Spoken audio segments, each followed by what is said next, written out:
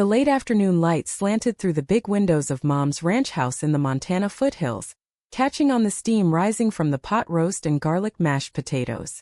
Outside, the pines whispered in the breeze off the Rockies. Inside, Sunday dinner smelled like tradition, warm, familiar, and quietly loaded with all the usual rules about who belonged at the center of the table and who sat at the quiet end.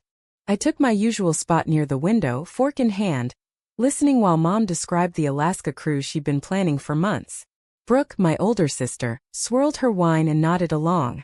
Claire and her husband Ethan leaned in, already picking cabins. I'd been saving for 2 years. Extra shifts at the clinic, skipped vacations. Every extra dollar tucked into the family fund Grandpa's will had clearly split 3 ways after we sold his mountain cabin. My name was on those papers too. When the lull came, I spoke up, voice steady. I'm ready to join the cruise. I've got my share saved. Mom's laugh was bright and short, the kind that used to make me shrink. Sweetheart, you thought we'd cover you? Adults pay their own way. Brooke smirked. The clink of silverware filled the silence like punctuation. That night I didn't argue. I just started writing everything down, dates, words, the way Mom had quietly transferred my portion of the fund into cruise deposits without telling me. I even drove to Bozeman and sat with an attorney who read Grandpa's will aloud.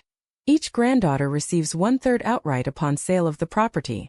My share was legally mine. No gray area. Instead of storming in, I chose a quieter road. I printed the documents, wrote a short letter that simply said, I love you, but love shouldn't cost me my rights, and asked for a family meeting at the ranch the next weekend.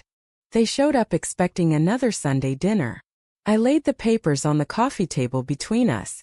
Mom's face went pale. Brooke stared at the numbers. Claire whispered, We thought you didn't need it. For the first time, I didn't swallow the hurt.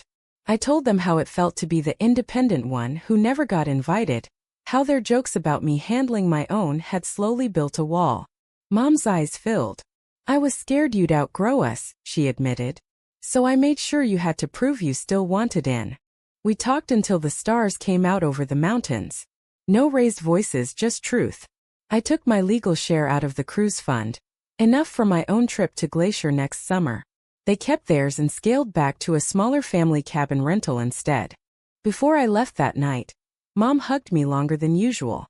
I'm sorry we made you fight for your place at the table. I hugged her back. Next time, just ask me to sit closer. Driving home under a sky full of constellations, I realized the real inheritance wasn't the money. It was learning that real family isn't about who pays for the trip. It's about choosing every single day to make space for each other. I still love them.